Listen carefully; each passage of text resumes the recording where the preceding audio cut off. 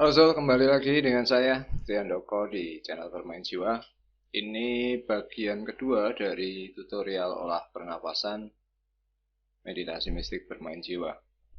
Jadi buat kalian yang mungkin barusan mampir belum lihat episode pertamanya, silahkan kamu lihat video episode pertamanya.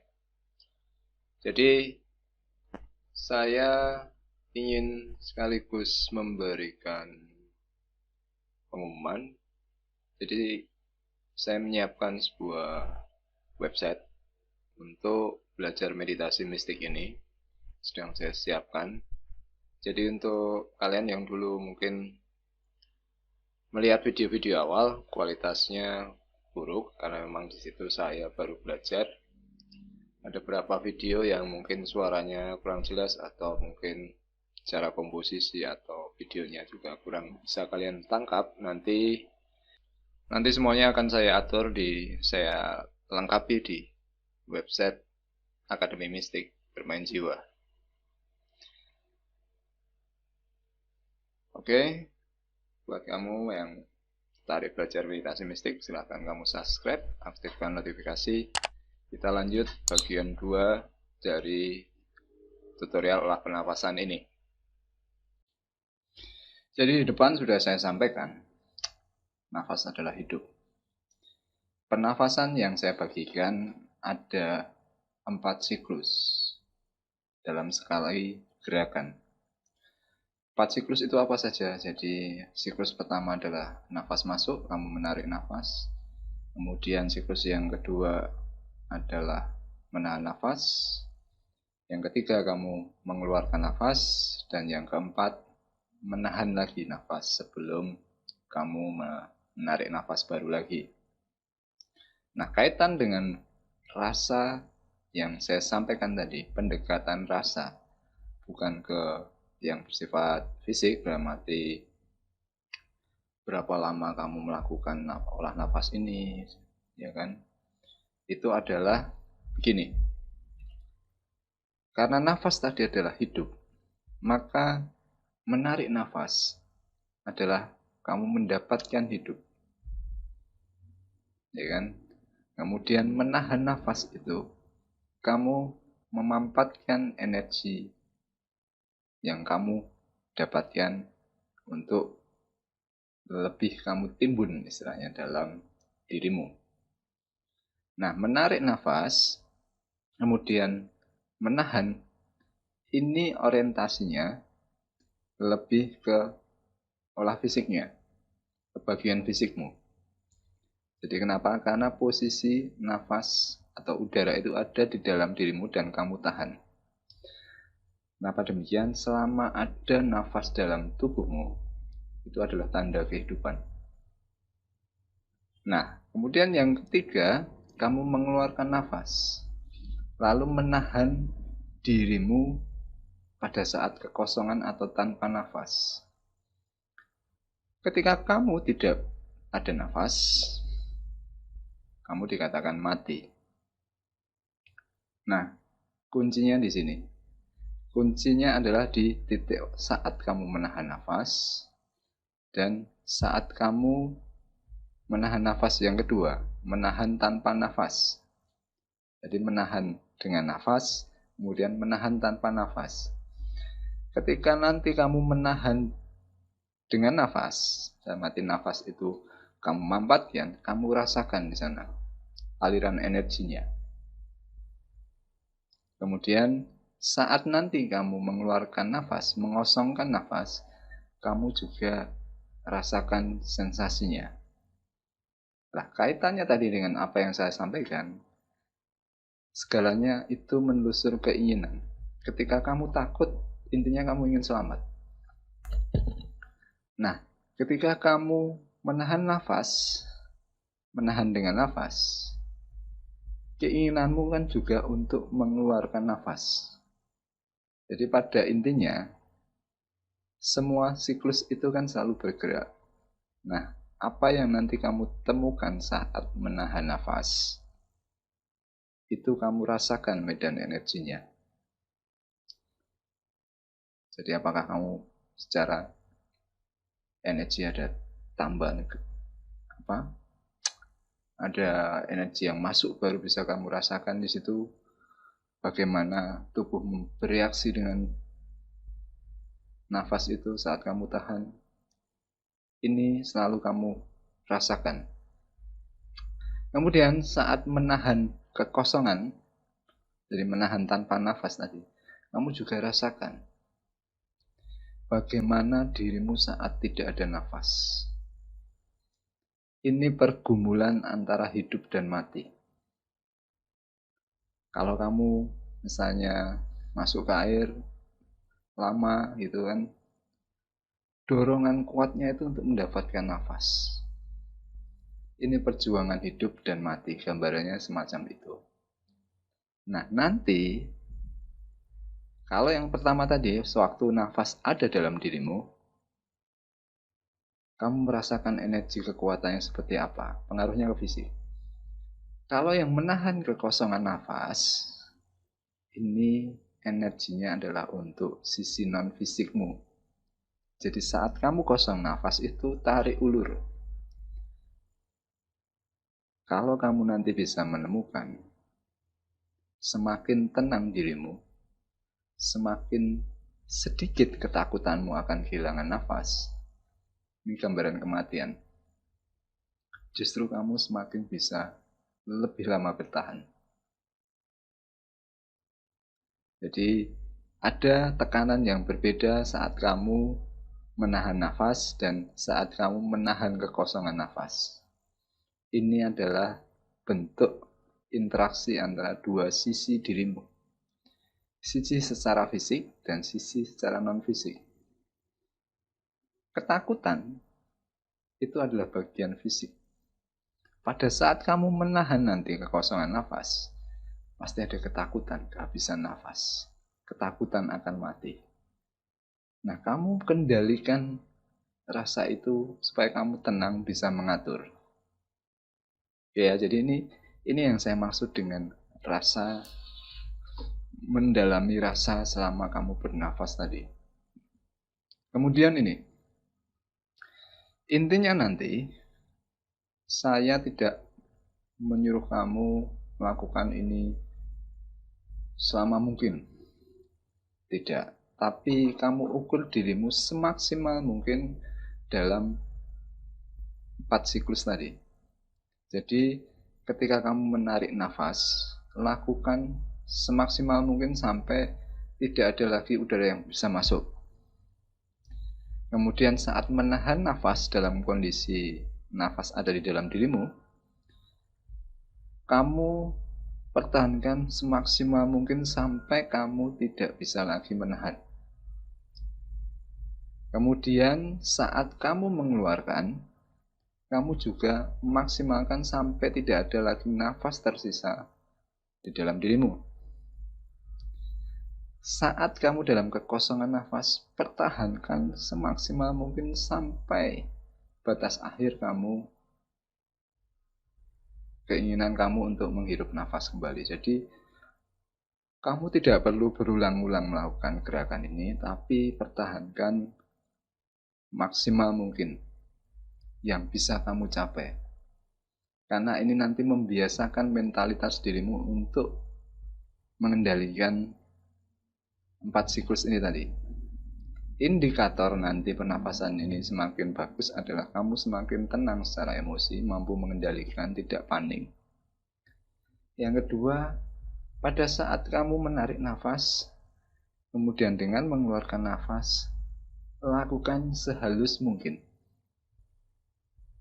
Jadi, kasusnya seperti ini. Sewaktu awal melakukan gerakan pertama, kamu masih punya kendali yang bagus. Tapi mulai masuk yang kedua kali, kamu akan semakin ada tekanan. Nah, usahakan konsistensimu dalam bernafas tetap halus. Mungkin saat pertama kamu bisa halus. Tapi begitu nanti, yang kedua, semakin kamu ada tekanan tadi, kamu semakin cepat pasti. Pasti seperti itu. Waktu mengeluarkan juga secepat mungkin. Nah, pertahankan ini tetap halus, teratur. Jadi di sini yang saya maksud, kendali keinginan, kendali mental, menemukan rasa adalah di situ. Jadi pernafasan ini tidaklah harus kamu lakukan berapa kali, tidak. Ukur dirimu. Buat saya kamu bisa melakukan siklus penuh hanya mungkin 3-4 kali sampai 5 kali, tapi penuh ya. Tahan semaksimal mungkin, itu sudah bagus sekali. Jadi ini perbedaan saya dengan yang lain.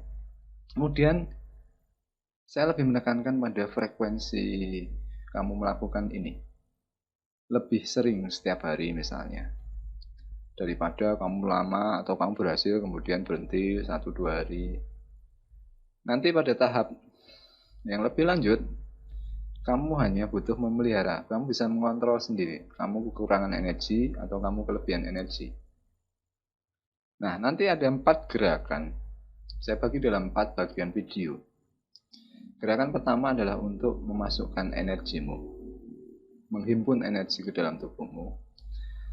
Gerakan yang kedua ini adalah untuk memampatkan energi menjadi potensi tersembunyi dalam dirimu. Kemudian gerakan ketiga, keempat ini pelengkap. Ketiga ini, yang gerakan ketiga nanti adalah gerakan untuk menetralisir kejadian setelah kamu melakukan gerakan pertama kedua, karena otomatis kamu terkuras habis di situ dalam mengendalikan nafasmu. Nah, ini tahap netralisirnya supaya kamu tenang dan rileks lagi. Pernafasannya pun beda. Kemudian yang keempat ini adalah untuk grounding atau menyeimbangkan kembali. Karena proses kita menimbun energi kadang bisa berlebih, kadang bisa masih kurang, tapi intinya selalu dinetralisir. Oke ya. Kemudian nanti usahakan, saya memberi kamu tadi di awal selalu halus. Nah, nafas saya itu ketika menarik menggunakan hidung, ketika mengeluarkan menggunakan mulut. Jadi didesiskan semacam ini. Nah, kamu harus menjaga ritmenya tetap halus dan teratur. Waktu pertama mungkin bisa halus. Nah, nanti setelah itu mungkin bisa kejadian semacam itu. Kamu bagaimana berusaha nafasmu tetap terkendali. Oke ya, sekarang saya akan tunjukkan dulu dalam video atau gambar urut-urutan nanti gerakannya. Untuk yang kalian baru memulai, saya katakan kalian mulai dulu tanpa gerakan. Kalian dengan duduk bersila, ya kan, terserah posisimu. Karena badan saya kaku, saya tidak bisa melakukan posisi lotus. Ini bawaan dari lahir. Terserah, tapi posisi punggungmu tegak. Karena ini ada hubungan dengan aliran listriknya. Oke, sebelum lupa saya beritahukan ke kalian. Jadi kalau kalian lihat di layar, posisi yang ada di layar ini, di mana telapak tangan mengatup dan menempel ke tanah atau ke dasar, ini adalah posisi awal selagi kalian menarik nafas, dan juga nanti posisi akhirnya juga sama di posisi tangan yang menempel ke tanah atau ke dasar. Jadi di waktu awal kalian mulai dengan membuang nafas semaksimal mungkin. Jadi awalnya kalian buang nafas, bukan langsung menarik nafas ya. Buang maksimal. Lalu baru tarik nafas maksimal. Kemudian nanti dalam posisi ini pula kalian menyelesaikan satu gerakan dengan membuang nafas secara maksimal.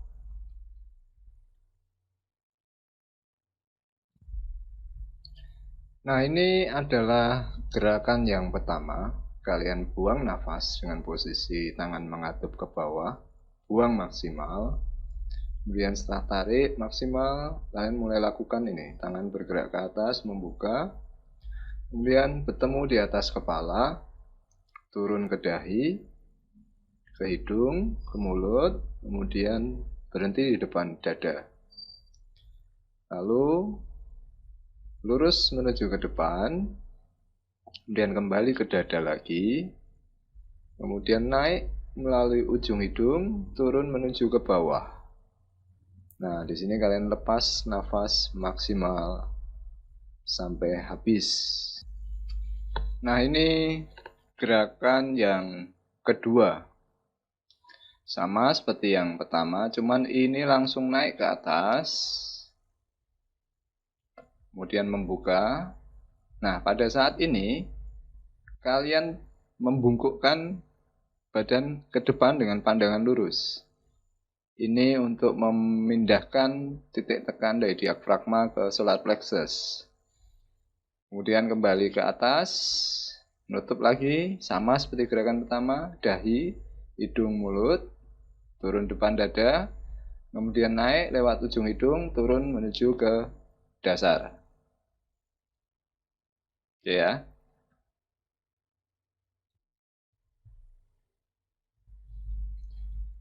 Gerakan pertama dan kedua kalian lakukan berulang-ulang. Jadi gerakan 1, gerakan 2, kembali lagi ke 1, kembali lagi ke 2, selama kalian masih kuat bertahan.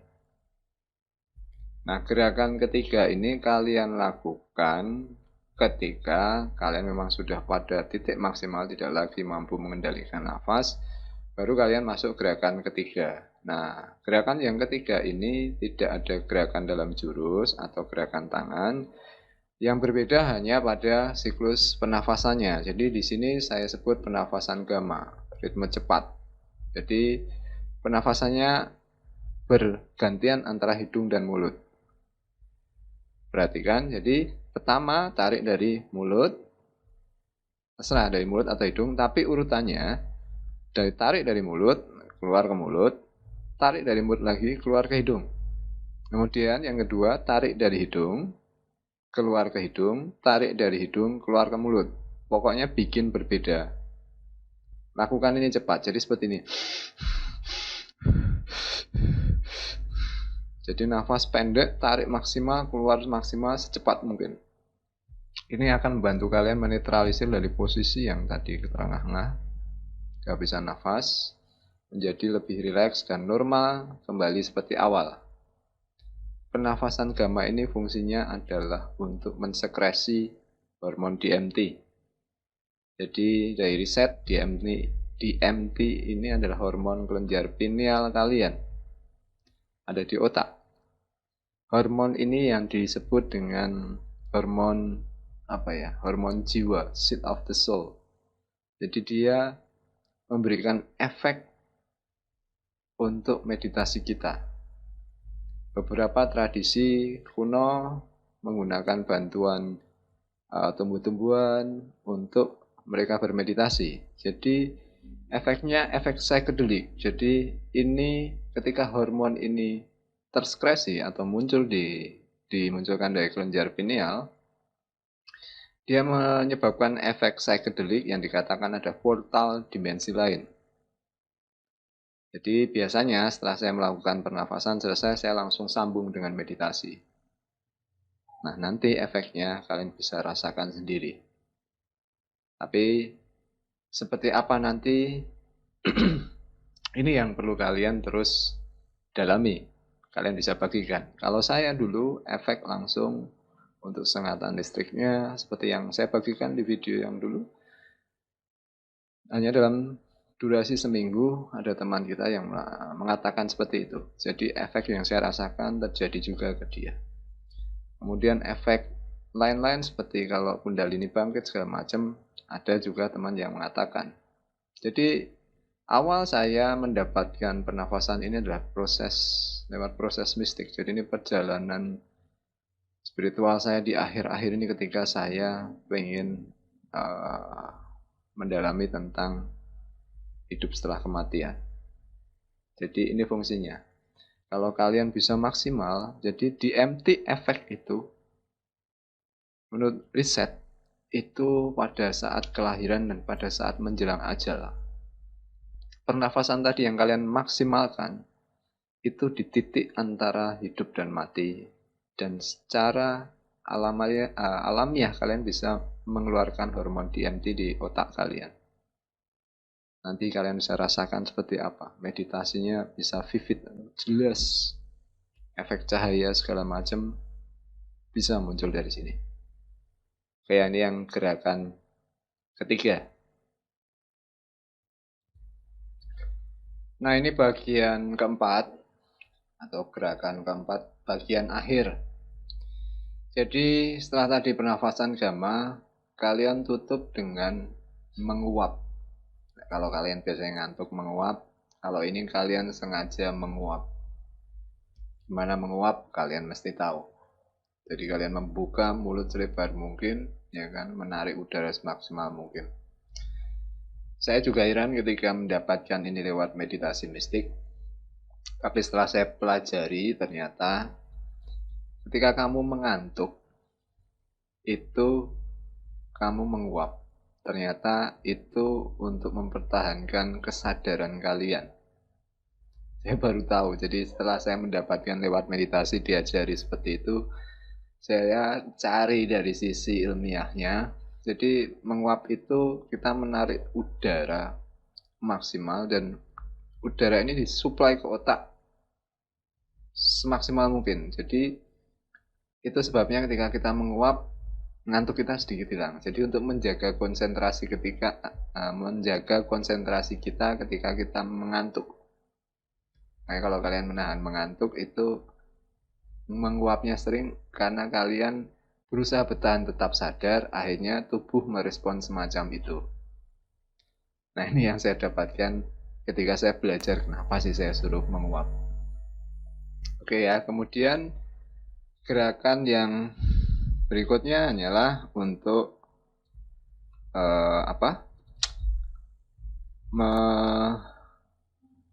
menyeimbangkan. Ini semacam grounding. Jadi ada 3 titik di situ. Kalian taruh tangan kanan di atas kepala, tangan di depan dada selama berapa saat. Rasakan di antara ini di titik tengah telapak tangan ini.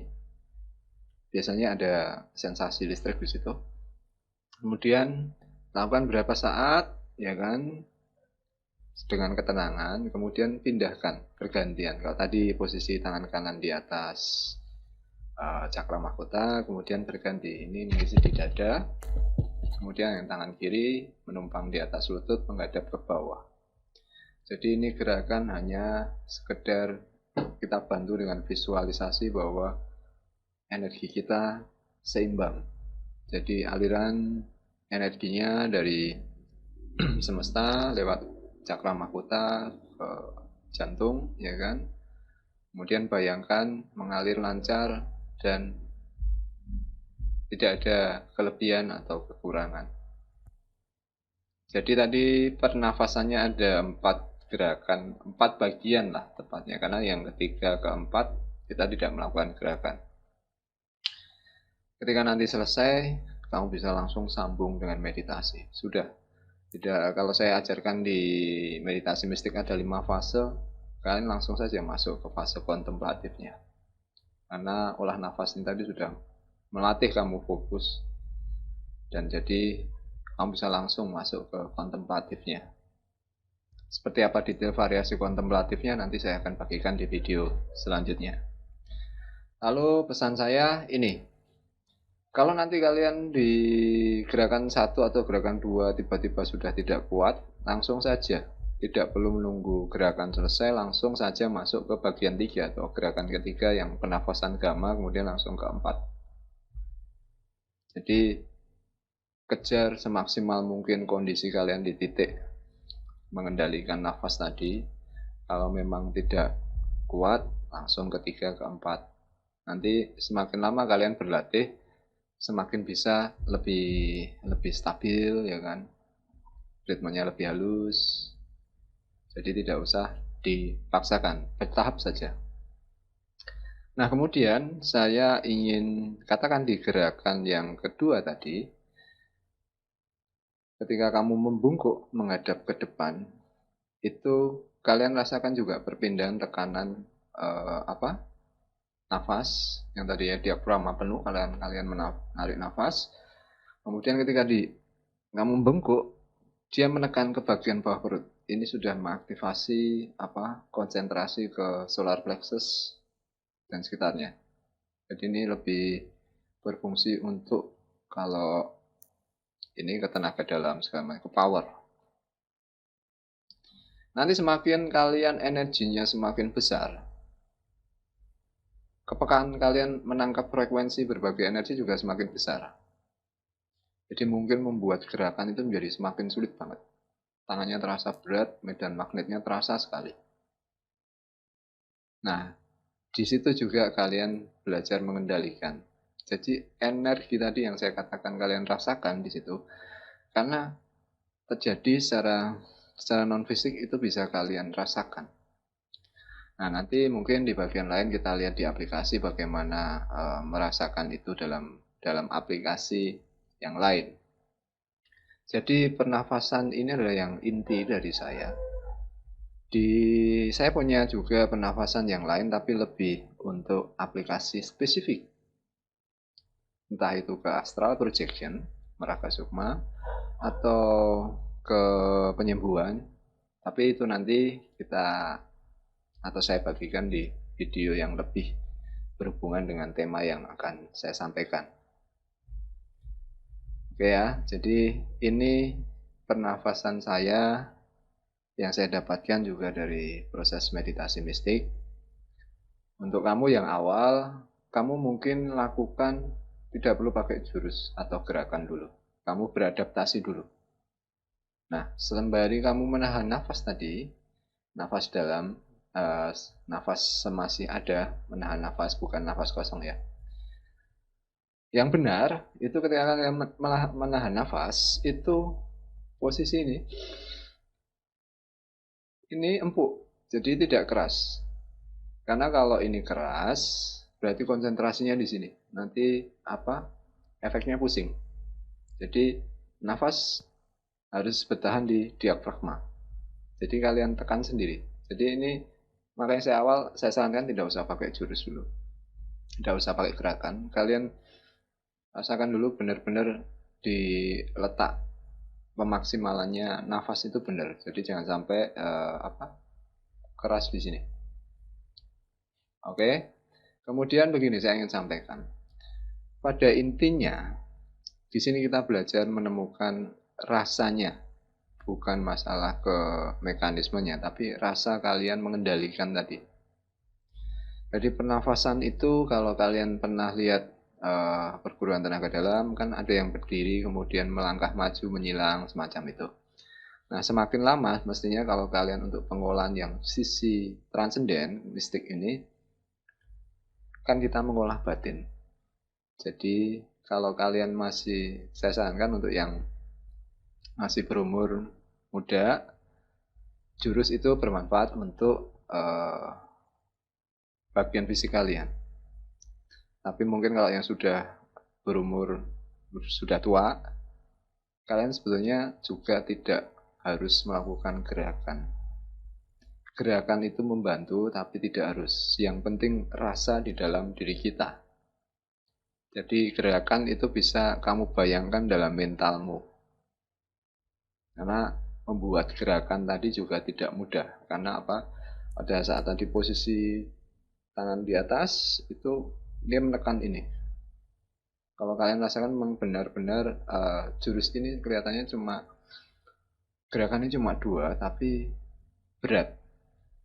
Berat kenapa? Karena posisi tangan tadi posisi ke atas itu adalah posisi kita untuk menuju dimensi atas. Ini simbolisnya. Kemudian kalau kita melakukan, kalau tradisi di Jawa kan ada kita menghormati. Nah, kita menghormati Tuhan yang di atas, misalnya gambarannya kan semacam itu. Kemudian kita mengembalikan apapun itu ke tanah, simbol kita netral, terurai kembali, simbol kematian. Jadi dimensi atas dan bawah. Mekanisme ini juga yang terjadi di semesta, bahwa manusia itu sebenarnya secara mekanisme biolistriknya itu berhubung dengan di atas dan bumi. Fenomena kilat segala macam itu kan lompatan. Makanya ketika ada kilat, kita bisa kena sambar itu karena media mana yang terdekat, kita menjadi media penghantar. Oke ya, jadi ini pernapasan meditasi mistik. Kalian bisa coba sendiri, kalian rasakan efeknya, rasakan juga bagaimana mengendalikan.